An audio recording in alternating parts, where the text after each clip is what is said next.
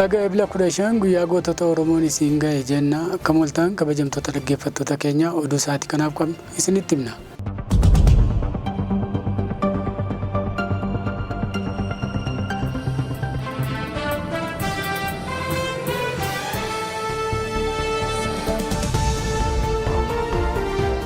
Miseensonni adda bilisummaa Oromoo ebla kudashan guyyaa gootota Oromoo sababeeffachuun har'a waajjira ABO Gullalleetti kabajataa oolaniiru. Ebla kudashan guyyaa gootota Oromoo sababeeffachuun hooggantoonni, qondaaltonni, miseensonni ABO fi keessummoonni biroon har'a waajjira ABO Gullalleetti argamaniiru. Sirna kabaja ayyaana guyyaa gootota Oromoo ebla kudashanii bara 2026 irratti haayidureen ABO Jaal Daawud Ibsaa sagantaa sana irratti argamuun haasaa gabaabaa hirmaattota sagantaa kanneen guyyaa kana carraa argannee umriin keenya jiraate guyyaa kana kabajne carraa qabnaa galata waaqaa jennaa jechuudha. Kanaan nu gahee gootota keenya faarsuu, gootota keenya guyyaa wareegama isaanii kabajuu kanaan nu gahuu isaatiif galanni haa ga'u jennaa jechuudha. Sabni goota isaa hin kabajne hin jiru addunyaa kanarratti.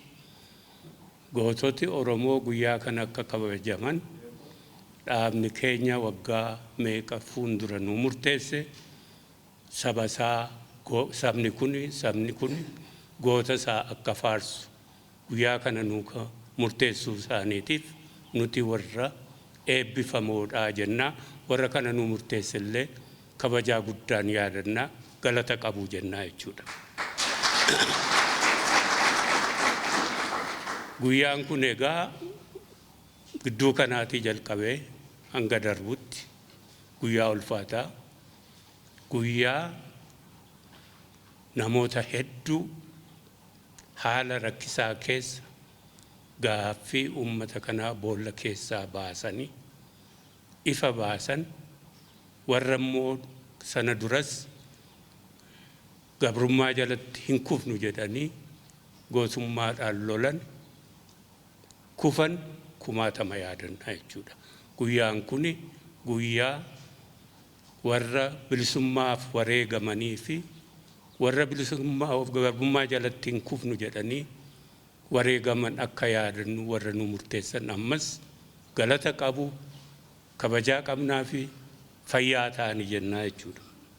Haasaa isaan taasisan keessaa qabsoo bilisummaa Oromoo keessatti gootonni wareegamtoonni ilmaan Oromoo kanfalanii walabummaa fi birmadummaa Oromoo fi Oromiyaa mirkaneessuuf warreen qabsicha irratti kufan yaadachuun barbaachisaadha jechuun ibsaniiru. Itti dabaluunis ilmaan jaallan qabsaa'ota Oromoo kan qabsoo Oromoo irratti kufan sana galii isaa hanga rukutuutti nutis adeemsa qabsoo eegalle kanarraa hin dhaabbannu jedhanii jabaannee hojjechuutu nurraa jiraata jechuunis dhaamsa dabarsaniiru.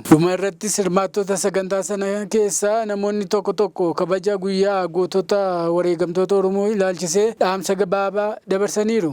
Lafti dhiphataa jiru kana hojii itti humnee warra nagaa, warra guddina, warra dagaagina fidu gochuu dandeenya. Humni kun humna guddaadha.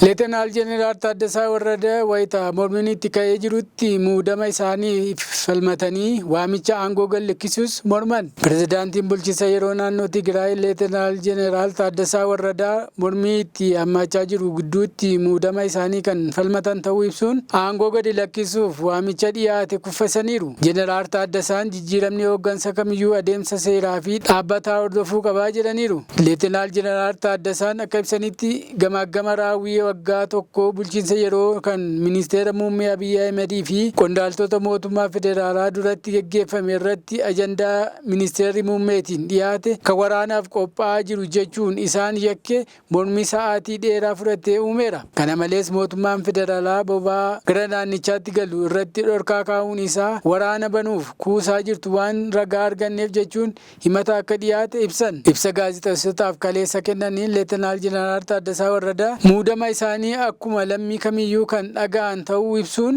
mormitoota hooggansa isaanii irratti gaaffii kaasaa jiraniif deebii kennaniiru. Isaan warri adda bilisa baasaa uummata Tigraay hin fudhannu jechuuf mirga qabu, ani garuu hin fudhadhu hin jedhu jedhaniiru. Hooggansa bulchiinsa yeroo keessatti jijjiirama gochuuf yaaliin taasifamu kamiyyuu karaa seeraa qofaan ta'uu akka qabu cimsanii kan dubbatan Jeneraaltichi dhiibbaa miidiyaa hawaasummaa maqaa balleessii fi gaaffii al-idilee ta'een taasifamu irratti akeekkachiisaniiru. Hir'inni hirmaachisummaa jiraachuu kan amanan ta'us hojii mootummaa adeemsa seeraa irratti hundaa'uu akka qabu addeessaniiru. Mootummaan kan uummataati, Tigraay kan hundaati jechuun ilaalcha siyaasaa isaatiif cunqursaan irratti raawwatamuu akka hin qabne dubbataniiru. Leetanaal Jeneraal Taaddasaa waan hundumaa mormuun amala daa'imummaati jechuun ibsuun qaamolee siyaasaa sirna diriire keessatti ijaarsa akka hirmaatan gaafataniiru. Waggaa 50 qabsaa'eera, waan itti amaneen hojjedha malee waan natti himame miti jechuun uummanni dhimmoota adeemaa jiran irratti dammaqinaan akka hordofu waamicha dhiyeessaniiru. Jeneraal Taaddasaan akka jedhanitti daawwannaan dhiyeenya Finfinneetti taasisan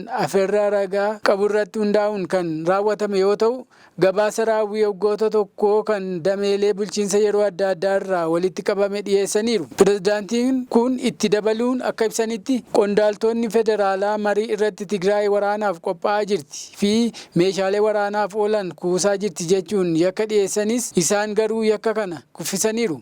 Dhimma lafa qabamee jiru ilaalchisee birmadummaa lafa Tigraay fi deebiin namoota buqqa'anii marii kan hin dhiyaanne ta'uu cimsanii dubbataniiru.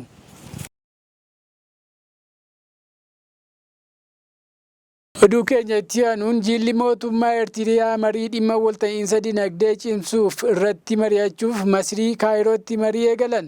Jilli sadarkaa olaanaa Eertiriyaa tumsa dinagdee biyyoota lamaan gidduu jiru cimsuuf Kaayirootti qondaaltota Masrii waliin marii bal'aa geggeesseera jedhame. Ministeerri odeeffannoo Eertiriyaa Yemanee Gabramasqal fuula Tiwiitera isaanii irratti akka maxxansanitti jilli ministeera dhimmoota dinagdee Eertiriyaa Haagos Gabrahiyootii fi ministeera daldalaa fi industirii Nasreddin Saayiliin durfamu aangawoota Masrii Baadir Abdallaatii fi Muhammad Faaris Saayil waliin akkaataa walitti dhufeenya dinagdee guddisuun danda'amu irratti marii bal'aa taasiseera jedhan. Obbo Yemaneen akka ibsanitti mariin kun dhimmoota daldalaa, investimentii fi hariiroo dinagdee bal'aa irratti kan xiyyeeffate yoo ta'u, kunis hariiroo biyyoota lamaan gidduu jiru caalaatti cimsuu fi carraaqqii taasifamaa jiru kan agarsiisu ta'uu eeraniiru. Jilli Eertiriyaa kun daawwannaa hojii guyyoota 3 turu. Kanaan ministeerota Masrii biroo fi hooggantoota damee daldalaa waliin wal arguun dameewwan walta'iinsa biroo irratti ni mari'ata jedhamee eegama. Bara darbe baatii onkololeessaa keessa marii sadarkaa olaanaa Kaayirootti geggeeffameen pirezidaantiin Masrii Abdul Fattah al-Siisii fi pirezidaant Isaayyaas Afawarqee haalota naannichaa dhimma galaana diimaa fi guddina siyaasaa tarsimoo gaanfa Afrikaa keessatti mul'atu irratti mari'achuun isaanii ni yaadatama. Masriin yeroo sana deeggarsa birmadummaa fi tokkummaa daangaa Eertiraatiif qabdu irra deebitee kan mirkaneessite yoo ta'u, kunis hidhata siyaasaa fi tumsa biyyoota lamaan gidduutti cimsuu kan agarsiisudha jedhameera.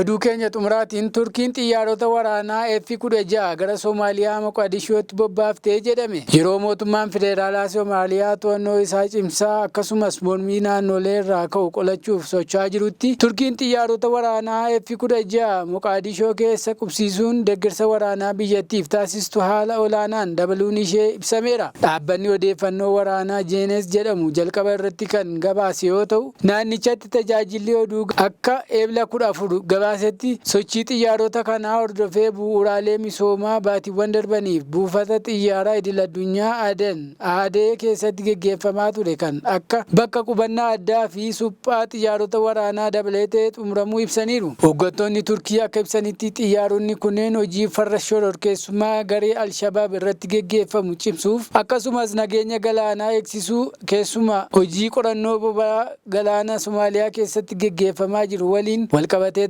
tajaajila kan kennaniin ta'uu eeraniiru. Jettoonni waraanaa ammayyaa'oon kun Moqaadishoo kan gahan yeroo biyyattiin wal dhabdee siyaasaa keessa jirtudha. Torbanoota darban keessa humnoonni federaalaa bulchiinsa naannoo kibba lixaa irratti haleellaa waraanaa raawwachuun mormituu cimaa kan filannoo irratti namni tokko sagalee tokko jedhu pirezidaant Hasan Sheek Mohammad qeeqaa turan hoogganaa naannichaa Abdul Aziz Laaftaa Gaariiniin aangoo irraa fonqolchaniiru. Ministeerri ittisaa Soomaaliyaa Ahmad Mullaay Fiqii dhiyeenya kana ibsa kennanii raayyaan ittisa biyyaa bulchiinsa naannolee qajeelfama federaalaa cabsaniif ammaan booda obsa akka hin qabne beeksaniiru. Itti dabaluun raayyichi daangaa biyyattii hunda akka eeguu fi naannoo aangoo mootummaa federaalaa mormu kamiyyuu gidduu akka seenu ajajni kennamuu ifoomsaniiru jedhameera.